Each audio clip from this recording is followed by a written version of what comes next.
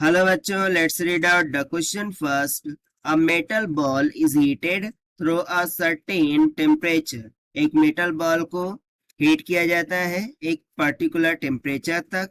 Now out of mass, radius, surface area and volume, which will undergo largest percentage increase and which one the least.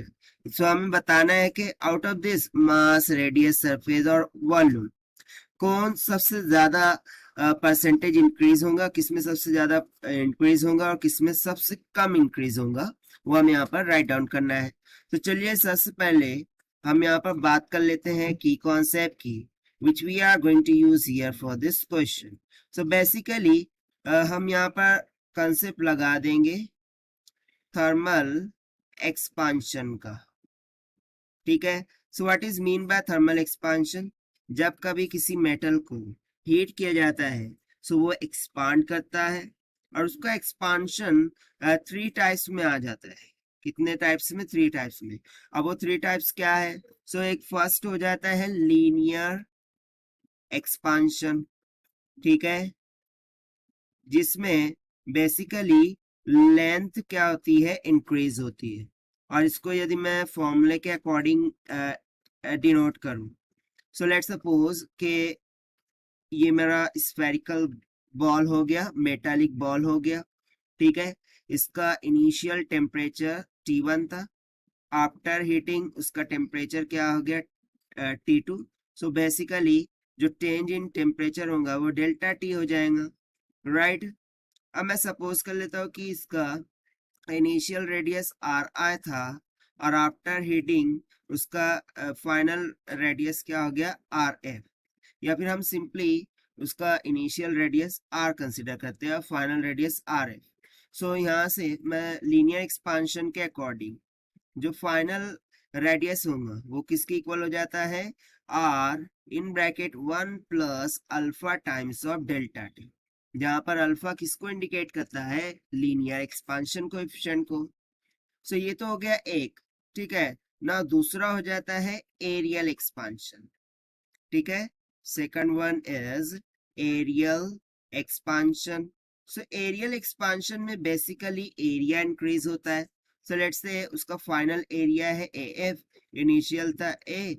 सो ये हो जाएगा 1 plus beta times of delta T के, जहां पर beta areal expansion coefficient को indicate करेगा.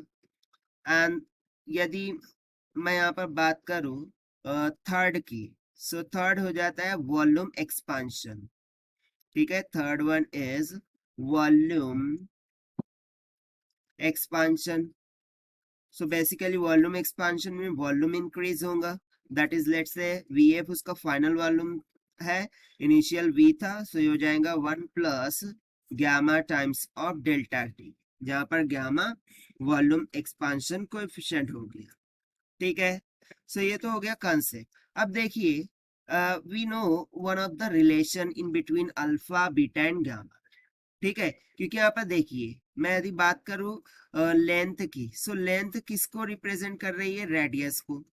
Area represent कर रहा है सरफेस एरिया को. वॉल्यूम तो वॉल्यूम को ही रिप्रेजेंट कर रहा है. और रही बात मास की, सो बेसिकली थर्मल एक्सपांशन में मास रिमेन सेम रहता है. ठीक है, सो यहाँ पर मैं मास के लिए लिख देता हूँ मास रिमेन सेम. इसमें कोई भी एक्सपांशन नहीं होगा, क्योंकि देखिए यदि मैं इसको हीट कर रहा हूं सो ये एक्सपांड कर रहा है या फिर कॉन्ट्रैक्ट कर रहा है, समथिंग लाइक दैट. सो उसका मास तो चेंज होने वाला ही नहीं है. ठीक है, it is going to remain same. So इसमें मास का तो कोई रोल नहीं रहेगा. सिर्फ हम रिलेशन फाइंड कर सकते हैं यहाँ पर रेडियस, एरिया और वॉल्यूम के बिटवीन में. अब वो हमें कैसे मिलेगा? In between the relation of this alpha, beta and gamma, जो कि किसके इक्वल होता है? 1:2:3 के. ठीक है, सो यहाँ सिंपली इस रेशियो से हम एक फाइनल कंसिडरेशन क्या लगा सकते हैं कि देखिए इसमें जो गामा है उसकी वैल्यू ग्रेटर है. ठीक है, सो यहाँ पर वॉल्यूम में सबसे ज्यादा परसेंटेज इंक्रीज होगा क्योंकि गामा की वैल्यू ग्रेटर है. और सबसे कम वैल्यू यहाँ पर एक्सपांशन में किसकी है? अल्फा की. सो इसका मीनिंग ये है कि मैं बोल सकता हूँ कि सबसे कम एक्सपांशन किस में होगा, उसके रेडियस में। ठीक है, सो सिंपली हम यहाँ से आंसर करके लिख सकते हैं, answer largest increase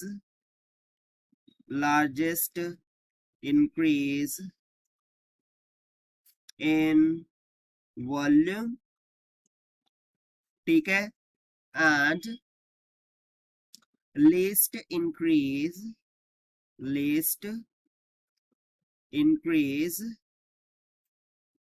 in radius। ठीक है, रेडियस में क्या होगा, लीस्ट इंक्रीज होगा, वॉल्यूम में ज्यादा से ज्यादा लार्जेस्ट इंक्रीज होगा। ठीक है, यहाँ पर टी को लगा दीजिए। सो ये हो जाएगा हमारा complete answer for this question, जिसको हमने सॉल्व किया है by using the thermal expansion concept। So this is what all about this question. So this is the required solution. I hope you understood it well. Best of luck. Thank you.